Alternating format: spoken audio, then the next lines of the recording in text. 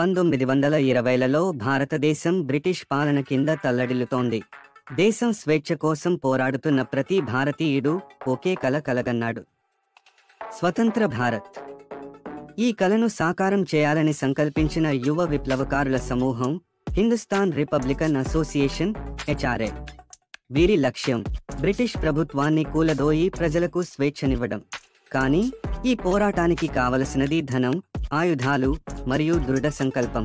అందుకే వారు నిర్ణయించారు, బ్రిటిష్ ప్రభుత్వ నిధులను తీసుకెళ్తున్న రైలు మీద దాడి చేయాలని. 1925 ఆగస్టు 9 రాత్రి లక్నో నుండి బయలుదేరిన ఒక రైలు కాకోరీ సమీపానికి చేరుకుంది.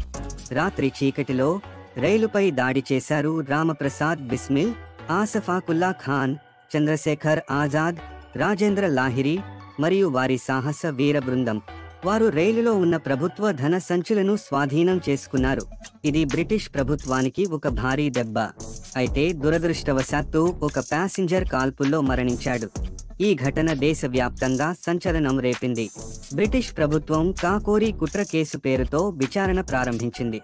ఆ కేసులో పలువురు విప్లవకారులను పట్టుకుని కోర్టు తీర్పు ఇచ్చింది. రామప్రసాద్ బిస్మిల్, ఆసఫాకుల్లా ఖాన్, రాజేంద్ర లాహిరి, రోషన్ సింగ్ వీరికి ఉరి శిక్ష విధించబడింది. వీరు స్వాతంత్ర్య త్యాగవీరులుగా చరిత్రలో చిరస్థాయిగా నిలిచారు. కానీ చంద్రశేఖర్ ఆజాద్ మాత్రం తప్పించుకుని తన విప్లవ పథాన్ని కొనసాగించారు. ఆయన మాటల్లోనే, నేను బ్రిటిష్ చేతిలో బతికి పట్టుబడను. నేను ఆజాద్గా జీవిస్తాను, ఆజాద్గా చనిపోతాను. కాకోరీ ట్రైన్ దోపిడీ కేవలం ఒక దాడి కాదు, అది భారత యువత ధైర్యానికి, త్యాగానికి, దేశభక్తికి ఒక ప్రతీక.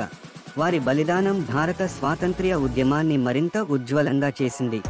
ఈ రోజు కూడా ఆ కాకోరీ వీరుల త్యాగాన్ని స్మరించుకుంటూ మన హృదయం గర్వంతో నిండిపోతుంది. వారి పేరు, వారి వీరత్వం ఎప్పటికీ మన జాతి గుండెల్లో నిలిచిపోతుంది. వందే మాతరం. జై హింద్.